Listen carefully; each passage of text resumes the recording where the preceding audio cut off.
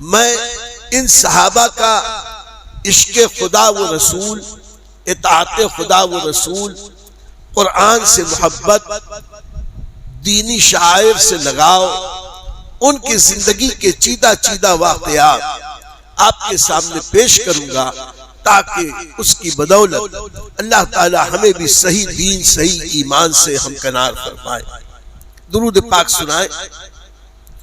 اللہم صلی علی سیدنا و مولانا محمد وعلی آل سیدنا و مولانا محمد وبارک وسلم۔ صلاۃ و سلام علیک یا رسول اللہ وعلی آلک و صحابک یا حبیب اللہ۔ عزیزان گرامی، آپ جانتے ہیں کہ نبی کریم صلی اللہ تعالی علیہ وسلم نزول قرآن کی ابتدا سے 13 سال تک مکہ مکرمہ میں رہے۔ بہت کم لوگوں نے اسلام قبول کیا، حالات نہایت تنگ تھے۔ اسلام قبول کرنے والوں کو مکے کے مشرکین، کافرین سخت سزائیں دیتے تھے، ستاتے تھے۔ اسلام کا نام لینا، نماز پڑھنا، ایک اللہ کی عبادت کا دعویٰ کرنا، یہ اتنا انتہائی مشکل ہو گیا۔ اللہ نے اپنے محبوب صلی اللہ علیہ وسلم کو حکم دیا کہ آپ اور آپ کے صحابہ مکے سے ترک وطن کر کے کہیں اور چلے جائیں۔ اللہ کی مرضی یہ ہوئی کہ یہ لوگ مدینے جائیں، اور مدینے والے نبوت کے 11ویں اور 12ویں سال یا 11ویں اور 12ویں سال یہ لوگ مدینہ منورہ سے حج کے ارادے سے مکے آئے، اور الحمدللہ رات کی تنہائی میں مینا کی ایک گھاٹی میں نبی کریم صلی اللہ علیہ وسلم سے ان کی ملاقات ہوئی۔ وہ مسلمان ہوئے اور انہوں نے دعوت دی کہ یا رسول اللہ، جب اسلام پر اتنا کڑا وقت ہے تو آپ ایسا کریں کہ آپ مدینہ منورہ چلے آئیں، ہم اپنی جان دے کر بھی اسلام کی خدمت کریں گے۔ نبی کریم صلی اللہ علیہ وسلم نے اللہ کی اجازت سے صحابہ کو پہلے حکم دیا کہ تم مدینے چلے جاؤ، اور اکثر صحابہ مدینے ہجرت کر چکے۔ اب لے دے کر یا تو نبی کریم صلی اللہ علیہ وسلم بچے تھے، یا صدیق اکبر رضی اللہ تعالیٰ عنہ اور ان کا خاندان، اور یا تو حضرت علی کرم اللہ وجہ الکریم، وہ بھی اس لیے کہ وہ تو آقا کریم ہی کے گھر رہتے تھے۔ اکثر مسلمان ہجرت کر گئے تھے، اور پھر ایک دن اللہ تعالیٰ نے ایسی خفیہ تدبیر فرمائی کہ نبی کو عین دوپہر کے وقت حضرت جبریل کا پیغام پہنچا۔ حضرت جبریل حاضر ہوئے اور کہا کہ یا رسول اللہ، آج کی رات دار الندوہ میں کفار نے آپ کے قتل کی سازش کی ہے، آپ کو شہید کرنے کا منصوبہ بنایا ہے۔ آپ آج ہی کی رات مدینہ منورہ کے لیے روانہ ہو جائیں۔ نبی کریم صلی اللہ علیہ وسلم نے فوراً اس بات سے حضرت صدیق اکبر کو آگاہ کیا، اور پھر جیسا طے تھا کفار مکہ کہ غالباً 13 افراد حضور صلی اللہ علیہ وسلم کے کاشانِ اقدس کے گرد گھیرا ڈال کر تلواریں نکال کر کھڑے ہو گئے، اور سوچا کہ جیسے ہی صبح نبی کریم صلی اللہ علیہ وسلم باہر نکلیں گے فوراً ان کو ہم شہید کر دیں گے، ایک ساتھ حملہ کریں گے۔ حال یہ ہوا کہ وہاں تو آقا کریم صلی اللہ علیہ وسلم کو پہلے ہی خبر مل چکی تھی۔ نبی کریم صلی اللہ علیہ وسلم نے حضرت علی سے یہ کہا کہ اے علی، میرے بستر پر میری چادر اوڑھ کر آج کی رات تم سو جاؤ، اور میں مدینے جا رہا ہوں، اور یہ مکے والوں کی امانتیں ہیں، یہ امانتیں انہیں عطا کر دے، انہیں واپس کر دینا۔ جن جن کی امانتیں ہیں انہیں واپس کر کے جب امن امان ہو جائے تو تم بھی مدینے چلے آنا۔ حضرت علی کرم اللہ وجہ الکریم نے وہ امانتیں وصول کی، ذہن نشین کی، اور بستر نبوت پہ آرام فرما۔ نبی کریم صلی اللہ علیہ وسلم رات کے وقت انہی کافروں کے بیچ سے نکلتے چلے گئے، اور اللہ تعالیٰ نے ان کے آنکھوں پہ حجاب ڈال دیا۔ آقا علیہ السلام ان سب کے سامنے چلے گئے. ان کے اوپر ایسی تاریکی اور ان کی آنکھوں پہ ایسا پردہ پڑ گیا کہ ان کو نظر نہیں آیا یہاں تک کہ صبح ہو گئی. حضور صلی اللہ علیہ وسلم حضرت صدیق اکبر کو ساتھ لے کر مکے ہی کے پہاڑ جبل سور کے اوپر تقریباً 5000 فٹ کی بلندی پر ایک غار میں نبی کریم صلی اللہ علیہ وسلم نے اس رات آرام فرمایا. مزید 2 راتیں آرام فرمائی. اور جب یہاں مکے میں نبی کریم صلی اللہ علیہ وسلم کی تلاش کا ہنگامہ کم ہوا تو تیسری شب نبی کریم صلی اللہ علیہ وسلم حضرت صدیق اکبر کے ایک غلام تھے اور ایک وہ شخص جسے پہلے ہی راستہ بتانے پر متعین کیا تھا، کرائے پر لیا تھا، اس کی خدمت لی تھی تاکہ اس کو اس کا حق المحنت دے دیا جائے. تو بہرحال یہ 3 نفر کا قافلہ اس راہ دکھانے والے ہادی اور رہبر کے ساتھ مکے سے چلا. راستے میں بہت کچھ واقعات ہوئے، میں صرف اشارے کرنا چاہتا ہوں اور اصل مقصد کی طرف آنا چاہتا ہوں. یہ لوگ چلتے رہے. راستے میں سراقہ ابن مالک ابن جعشم کا واقعہ ہوا، ایک بکری چرانے والے کا واقعہ ہوا. 2 چور ملے. ان چوروں ڈاکوؤں نے نبی کریم صلی اللہ علیہ وسلم کو دیکھا تو سرکار کے ہاتھوں پہ اسلام قبول کیا. ہوا یہ کہ جب یہ ایک وادی سے گزر رہے تھے تو 2 اشخاص ہتھیار سے لیس آئے. یہ ڈاکو تھے، یہ رہزن تھے، اور ان لوگوں نے نبی کریم صلی اللہ تعالی علیہ وسلم سے ملاقات کی. تو ظاہر سی بات ہے ڈاکہ ڈالنے والے پہلے کچھ سن گن لے کر دیکھتے ہیں کہ یہ کیسا انسان قابو میں کیسے کر سکتے ہیں. جب وہ بات چیت کرنے کے لیے آگے بڑھے، آقا علیہ السلام نے انہیں دیکھا تو نبی کریم صلی اللہ علیہ وسلم نے ان سے پوچھا کہ تم لوگ کون ہو؟ کہا ہم لوگ مسافر ہیں. اچھا تو آپ لوگوں کا نام کیا ہے؟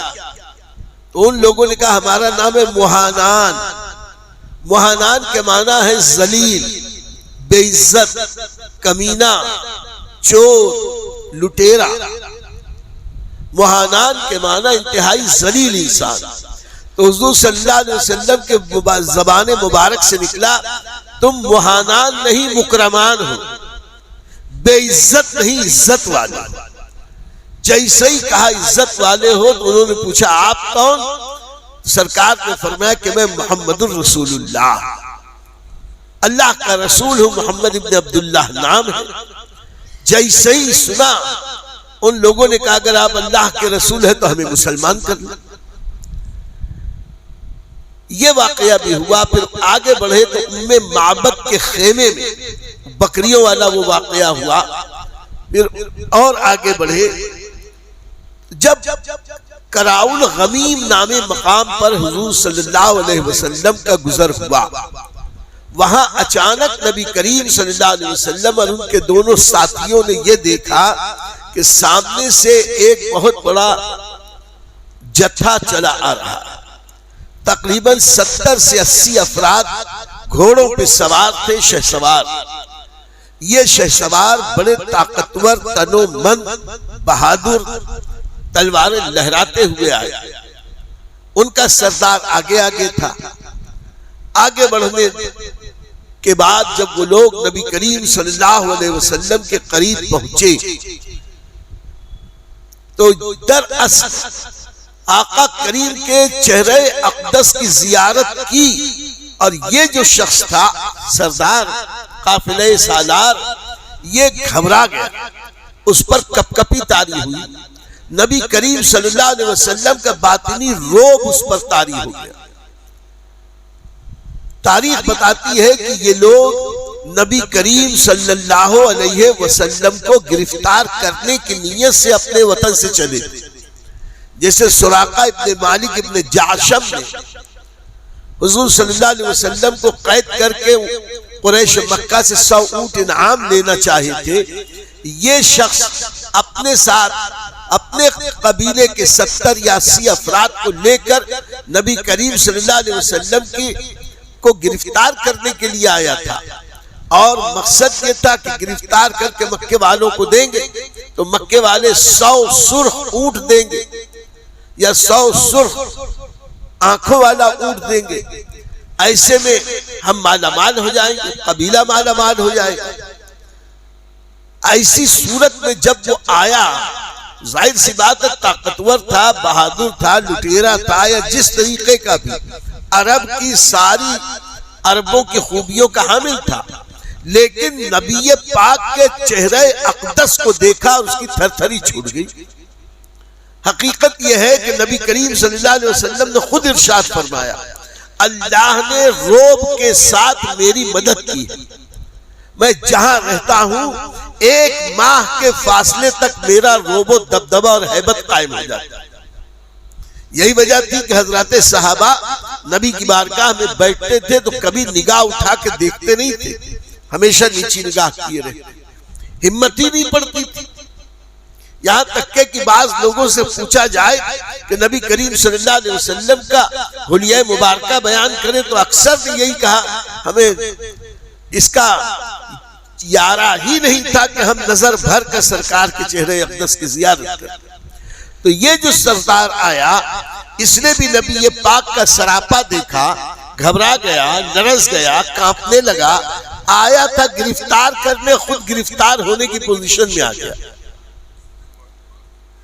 نبی کریم صلی اللہ علیہ وسلم نے جیسے ہی اسے دیکھا تو آقا کریم علیہ الصلوۃ والتسلیم نے اسی سے خطاب کرتے ہوئے کہا، اے نوارد، یہ بتاؤ تمہارا نام کیا ہے؟ تو جلدی سے گھبرا کے اس نے کہا، میرا نام بریدہ بن حسیب ہے۔ بریدہ لفظ بردن یا بارد سے بنا ہے، برد کے معنی ٹھنڈا، ٹھنڈک، بریدہ کے معنی ہے ٹھنڈا ہو جانا۔ جیسے اس نے کہا میرا نام بریدہ ابن حسیب ہے تو حضور صلی اللہ علیہ وسلم نے حضرت ابو بکر صدیق کی طرف دیکھا اور ارشاد فرمایا، اے ابو بکر، ہم لوگوں کا معاملہ ٹھنڈا ہو گیا۔ یعنی اس کے نام سے تفاول لیتے ہوئے، نیک شگون لیتے ہوئے آقا علیہ السلام نے ارشاد فرمایا، اے ابو بکر، ہمارے لیے ٹھنڈک ہو گئی، آسانی ہو گئی۔ پھر اس کی طرف دیکھا، ارشاد فرمایا کہ اے بریدہ، تم کس قبیلے سے ہو؟ تو انہوں نے کہا کہ میں قبیلہ بنو اسلم سے ہوں۔ اسلم کے معنی سلامتی ہے۔ پھر حضرت سیدنا صدیق اکبر کی طرف دیکھا آقا کریم علیہ الصلوۃ والتسلیم نے اور ارشاد فرمایا کہ اے ابو بکر، ہمارے لیے تو سلامتی نکل آئی، سلامتی ہمارا حصہ بن گئی، اب ہم سلامت رہے۔ پھر حضور صلی اللہ علیہ وسلم نے پوچھا کہ اے بریدہ اسلمی، یہ بتاؤ قبیلہ اسلم کی کس شاخ سے؟ تو حضور جیسے کہ قریش قبیلہ ہے، اس کی ایک شاخ بنو ہاشم ہے، ایک بنو عدی ہے، ایک بنو امیہ ہے، بنو تیم ہے، شاخیں ہوتی ہیں، جد اعلیٰ ایک بعد میں شاخیں بدل جاتی ہیں۔ تو کہا کہ بنو اسلم کی کس شاخ سے ہو؟ تو کہا میں بنو سہم سے ہوں۔ سہم کے معنی ہوتے ہیں حصہ۔ تو کہا کہ اچھا بنو سہم سے ہو، اسی سے کہا پھر تو تمہارا حصہ نکل آیا۔ معنی یہ تھا کہ تمہارا حصہ اسلام میں نکل آیا۔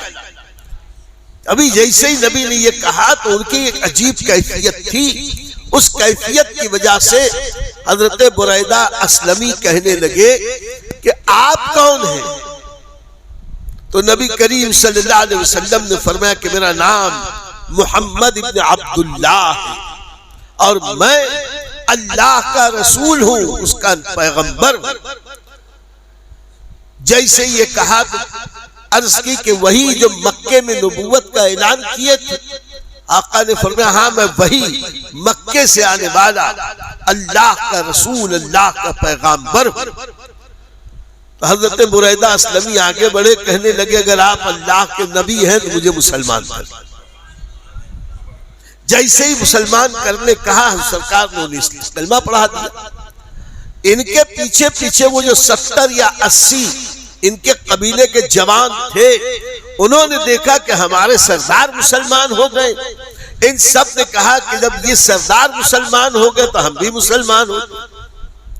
میرے دوستو غور فرماؤ، مکے سے نکلے تھے، وہاں اسلام کی تبلیغ نہیں ہو پا رہی تھی، اسلام کی تبلیغ میں بڑی رکاوٹیں تھیں، اور بعض بدبخت یورپین اور کچھ گمراہ فرقے والے کہتے ہیں نبی کریم صلی اللہ علیہ وسلم مجبور ہو کے نکلے تھے۔ میاں مجبور ہو کے نبی نے ہجرت نہیں کی تھی، بلکہ اللہ کی حکمت تھی کہ قیامت تک کے آنے والے مسلمانوں کو سبق مل جائے کہ جہاں ایمان پر اسلام پر عمل کرنا مشکل ہو جائے وہ جگہ چھوڑ دو، لیکن خدا کے احکام کی پابندی کرو، اور جب خدا کی راہ میں تم گھر چھوڑو گے اللہ تعالیٰ تمہارے لیے کامیابیاں نصیب فرمائے۔ مکے میں لوگ اسلام قبول نہیں کر رہے، ہجرت کر کے سرکار مدینے جا رہے ہیں، ابھی مدینے پہنچے نہیں، 2 مہانان مکرمان ہو کے مسلمان ہو گئے۔ ام معبد اور ان کے خاندان والے نبی کے میزبان ہوئے، وہ بھی بعد میں مسلمان ہو گئے، اور یہاں ابھی مدینے پہنچے نہیں ہیں اور 80 گھرانوں میں اسلام پہنچ گیا۔ اس لیے کہ یہ 80 افراد جب مسلمان ہوئے تو یہ جب اپنے اپنے گھروں پہ گئے ہوں گے تو ظاہر سی بات ہے گھر کے ذمہ دار جب مسلمان ہوں گے تو گھر کے دوسرے لوگ بھی مسلمان ہیں۔ تو یہ ہجرت حقیقت میں ترک وطن یہ اسلام کی ترقی کی بنیاد بن گئی تھی۔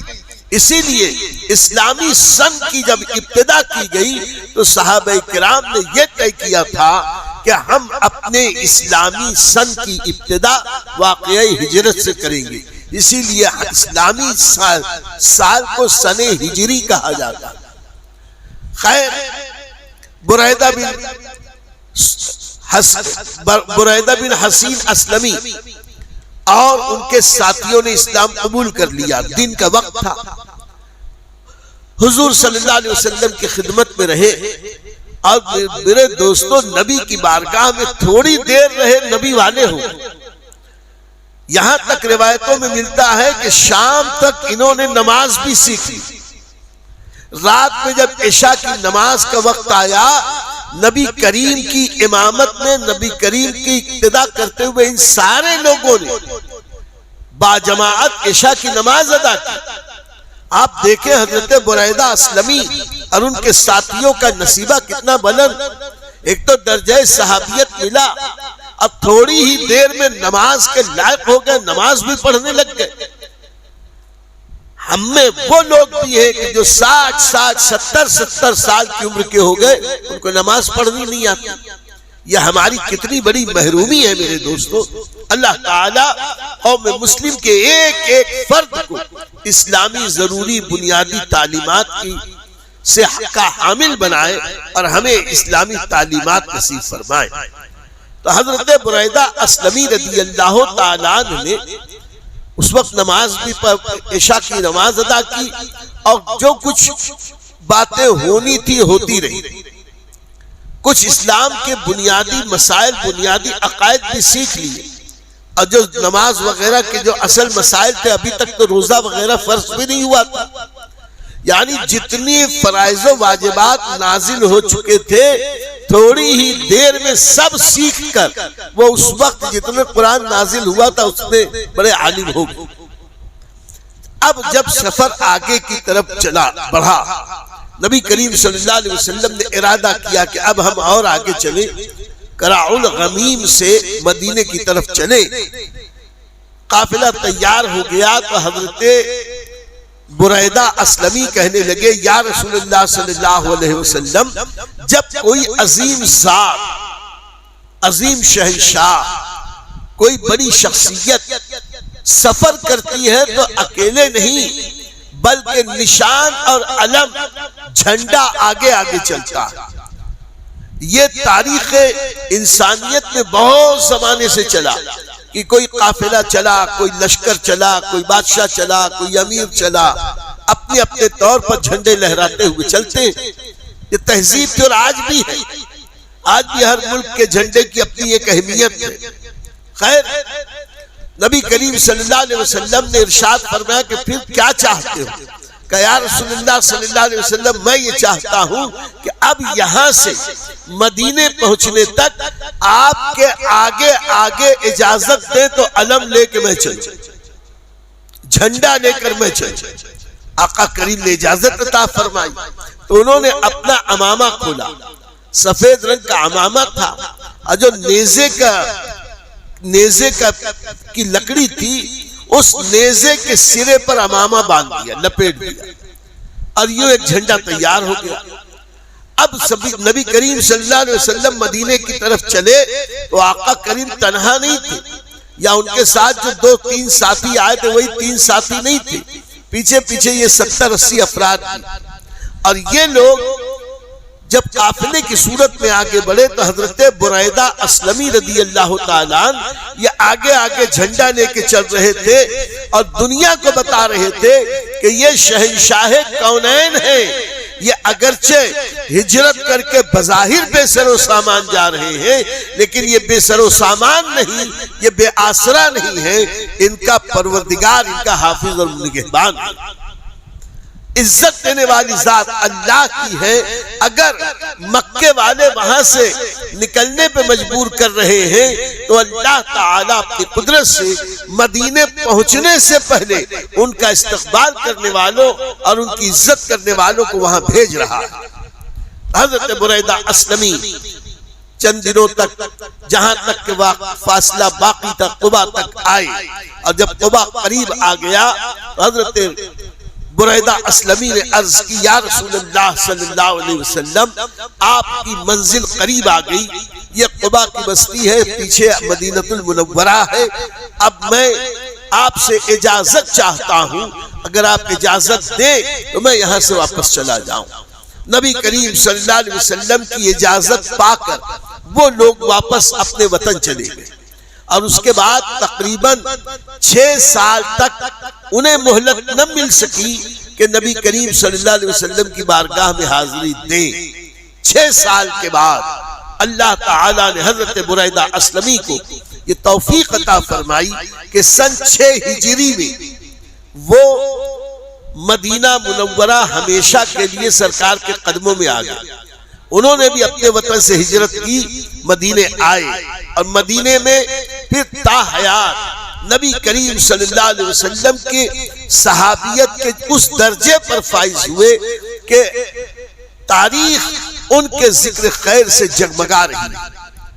انشاءاللہ کل میں حضرت بریدہ اسلمی رضی اللہ تعالیٰ عنہ کی صحابیت، ان کی علمی فضائل، ان کی خوبیاں، ان کی خصوصیات، بارگاہ رسالت میں ان کا مقام، اور عالم اسلام میں اور صحابہ میں ان کا درجہ کیا تھا، ان کی ذاتی خوبیاں کیا تھی، انشاءاللہ اس پر ہم کل گفتگو کریں گے.